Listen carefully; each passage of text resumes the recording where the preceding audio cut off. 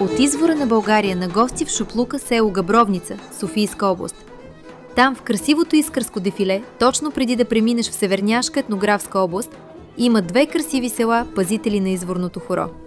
Това са новите ни приятели от читалищата в село Осеновлак и село Габровница.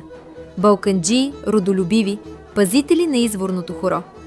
Ние, клуб за български народни танци от Извора, град София, вече повече от 4 години обикаляме България и изследваме изворното хоро, като водим всеки наш танцор да отпие глътка чиста традиция. Днес инициирахме тази традиционна фолклорна среща от извора на България с любезното домакинство и съдействие на читалището и кмета на село Габровница, както и читалището от село Осеновлак. Има ги.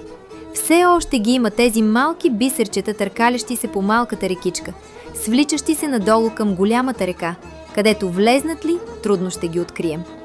За щастие ги хванахме на време и ще ги съхраним и предадем нататък, защото това е нашата мисия.